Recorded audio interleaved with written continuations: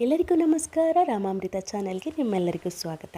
ನಾವು ಹಿಂದಿನ ವಿಡಿಯೋದಲ್ಲಿ ದಶರಥ ಮಹಾರಾಜರು ಪುತ್ರಕಾಮೇಷ್ಟಿ ಯಾಗವನ್ನು ಮಾಡಬೇಕು ಅಂತ ಅಂದ್ಕೊಂಡಿರ್ತಾರೆ ಅಂತ ಹೇಳ್ತಿದ್ವಿ ಅಲ್ವಾ.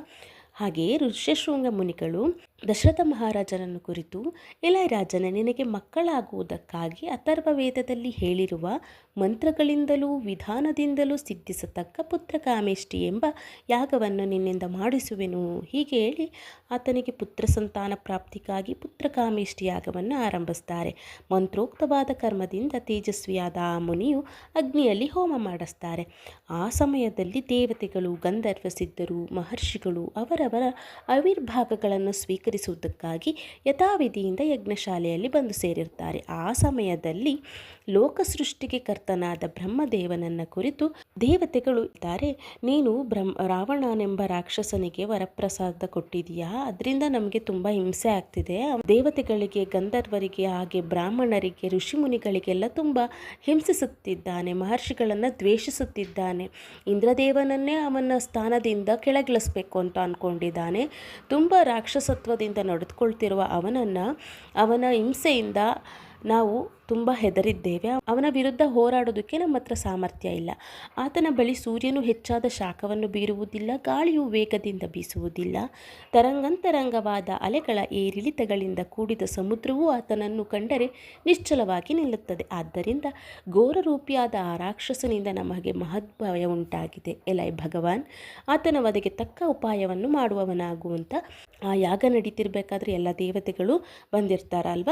ಆ ದೇವತೆಗಳು ಬ್ರಹ್ಮದೇವರಲ್ಲಿ ಹೀಗೆ ಹೇಳ್ತಾರೆ. ಹೀಗೆ ಬ್ರಹ್ಮದೇವರಲ್ಲಿ ದೇವತೆಗಳೆಲ್ಲ ಹೀಗೆ ಪ್ರಾರ್ಥಿಸ್ತಾ ಇರಬೇಕಾದ್ರೆ ಬ್ರಹ್ಮದೇವರು ಯೋಚನೆ ಮಾಡ್ತಾರೆ, ಹೌದು, ನೀವು ಹೇಳ್ತಾ ಇರೋದಕ್ಕೆ ನನ್ನ ಹತ್ರ ಒಂದು ಉಪಾಯ ಇದೆ. ರಾವಣನು ನನ್ನ ಹತ್ರ ವರ ಬೇಡಬೇಕಾದ್ರೆ ಏನಂತ ಕೇಳಿದ್ದ ಅಂದರೆ, ಗಂಧರ್ವರಿಂದಲೂ, ಯಕ್ಷರಿಂದಲೂ, ದೇವದಾನವ ರಾಕ್ಷಸರಿಂದಲೂ ತಾನು ಅವಧ್ಯನಾಗಿರಬೇಕು, ಅಂದರೆ ನನ್ನ ವಧೆಯಾಗಬಾರದು. ಬ್ರಹ್ಮದೇವ ಹೇಳ್ತಾರೆ, ವರವನ್ನು ಬೇಡಿದಾಗ ಆ ರಾಕ್ಷಸನು ತಿರಸ್ಕಾರ ಭಾವದಿಂದ ಮನುಷ್ಯರ ಹೆಸರನ್ನು ಹೇಳಲಿಲ್ಲ. ಆದ್ದರಿಂದ ರಾವಣ ವಧೆಯಾಗಬೇಕಂದ್ರೆ ಆತನಿಗೆ ಮತ್ತೆ ಯಾರಿಂದಲೂ ಸಾಧ್ಯವಿಲ್ಲ, ಮನುಷ್ಯರಿಂದಲೇ ಅವನ ವಧೆಯಾಗಬೇಕು ಅಂತ ಹೇಳ್ಬಿಟ್ಟು ಬ್ರಹ್ಮದೇವ ಹೇಳ್ತಾರೆ.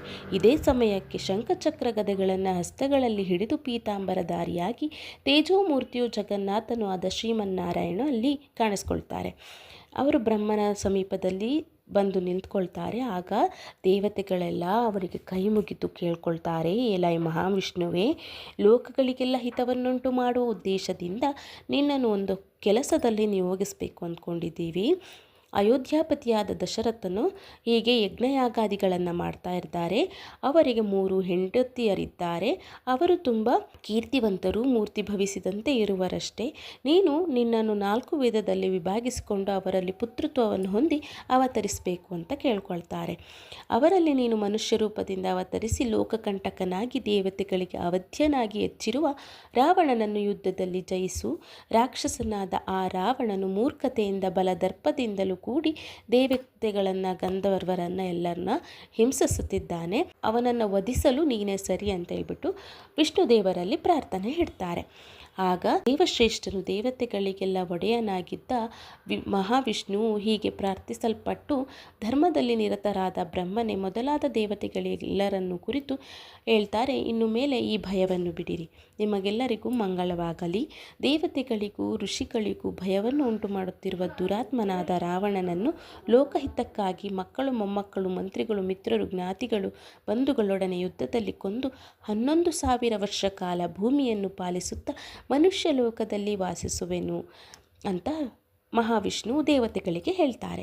ಸ್ವರೂಪಿಯಾದ ಶ್ರೀ ವಿಷ್ಣುವು ಹೀಗೆ ದೇವತೆಗಳಿಗೆಲ್ಲ ವರವನ್ನು ಕೊಟ್ಟು ಮನುಷ್ಯ ರೂಪವನ್ನು ತಾಳಿ ತಾನು ಅವತರಿಸಲು ಯೋಗ್ಯವಾದ ಜನ್ಮಸ್ಥಾನವನ್ನು ಕುರಿತು ಯೋಚಿಸ್ತಾರೆ. ಆಗ ಪದ್ಮಪತ್ರಗಳಂತೆ ಕಣ್ಣುಗಳುಳ್ಳ ವಿಷ್ಣು ತನ್ನನ್ನು 4 ವಿಧಗಳಲ್ಲಿ ಭಾಗ ಮಾಡಿಕೊಂಡು ದಶರಥ ರಾಜನನ್ನು ತಂದೆಯನ್ನಾಗಿ ಪಡೆಯಬೇಕೆಂದು ಸಂಕಲ್ಪ ಮಾಡಿ ಹೀಗೆ ಶ್ರೀಮನ್ನಾರಾಯಣರು ಮನುಷ್ಯ ರೂಪವನ್ನು ತಾಳಿ ಅವತರಿಸಿ ಬರ್ತಾರೆ. ಮುಂದೇನಾಗುತ್ತೆ ರಾಮಾಯಣದ ಕಥೆಯಲ್ಲಿ ಅಂತ ಹೇಳ್ಬಿಟ್ಟು ನಾವು ಮುಂದಿನ ವಿಡಿಯೋದಲ್ಲಿ ತಿಳಿದುಕೊಳ್ಳೋಣ. ಎಲ್ಲರಿಗೂ ಧನ್ಯವಾದಗಳು. ಹೀಗೆ ರಾಮಾಯಣದ ಕಥೆಯನ್ನು ತುಂಬ ಆಸಕ್ತಿಯಿಂದ ಕೇಳುವಂತರಾಗಿ.